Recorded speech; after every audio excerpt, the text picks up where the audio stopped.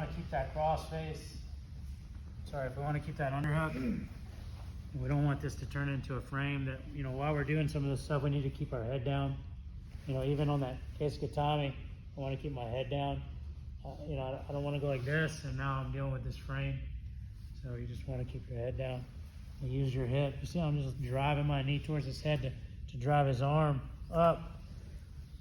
And then I don't want to get here and then just kind of slide back, and now his elbow just slides right back down into place. So you got to pull them into you and keep their shoulder up kind of in your lap if you want to keep that elbow from sliding right back down into your hip. Other way I like when they're pushing on my hips, so sometimes they're just wedged, sometimes they're pushing your hip like that. So then what I'll do is I'll open up as he pushes. I'll just let him push me. I'll slide down to the wrist, slide my knee under his arm, and step over. Okay, this isn't necessarily going to lead me to mount, but it is a way to deal with this arm pushing into your hip and dealing with people recovering guard, connecting their knee and their elbow. And then once I get here, I typically like to frame the head, slide my head down the arm, and then step over to where my hand is and control the head between my legs in the side control position. Okay. So again, he pushes my hip, I let him push, I do a quick scissor in my leg, step over. I try to make sure that I'm past the elbow. If you're down here, they're just gonna pull their arm out.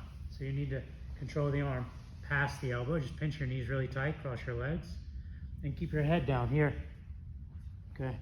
This position is called the top crucifix. Top side crucifix is similar to that backside crucifix that you might be in sometimes when you're trying to take the back.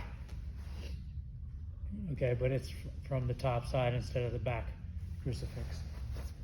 Chest is on the chest instead of chest towards the back. Again, I frame the head. I'll lean my head towards his elbow and wrist down here, towards his hip, so I'm more like an X on his body, so that it allows me plenty of room to step over the head and get my calf underneath his head. And now I can start to attack from this position. Okay. So,